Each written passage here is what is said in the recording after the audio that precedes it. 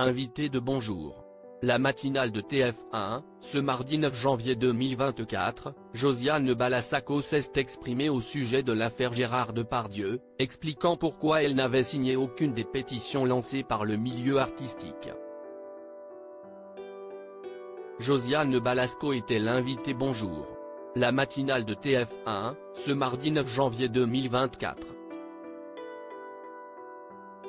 La célèbre comédienne assurait la promotion de sa pièce Un chalet à Gstaad, qui se joue actuellement au Théâtre des Nouveautés, Paris.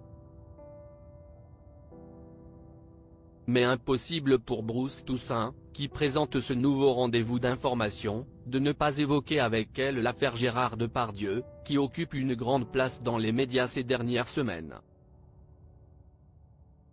D'autant plus que l'actrice du Splendide a partagé l'affiche du film Trop belle pour toi, avec lui, à la fin des années 80.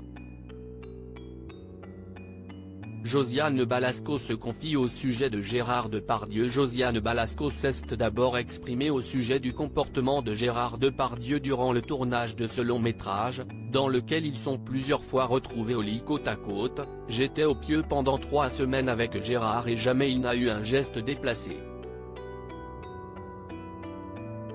Il disait des grossièretés, ça si est sûr.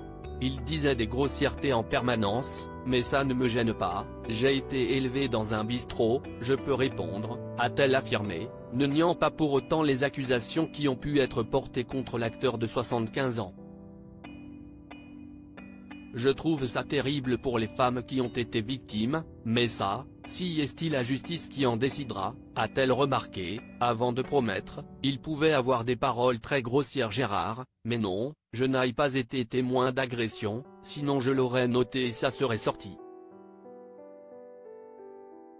Josiane Balasco a refusé de signer les pétitions concernant Gérard Depardieu. Si Josiane Balasco a confirmé qu'on lui avait proposé de se joindre tant aux pétitions de soutien à Gérard Depardieu, qu'à celles prenant position en faveur des victimes qui avaient témoigné, elle explique avoir préféré s'abstenir. « Moi je ne signe rien, parce que je ne suis pas gardienne de la morale », a-t-elle justifié, dénonçant par là même un tribunal médiatique.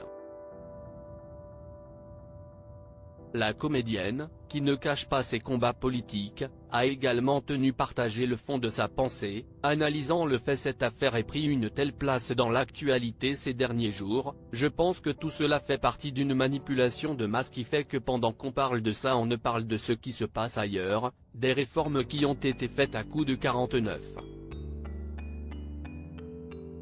3, a-t-elle conclu.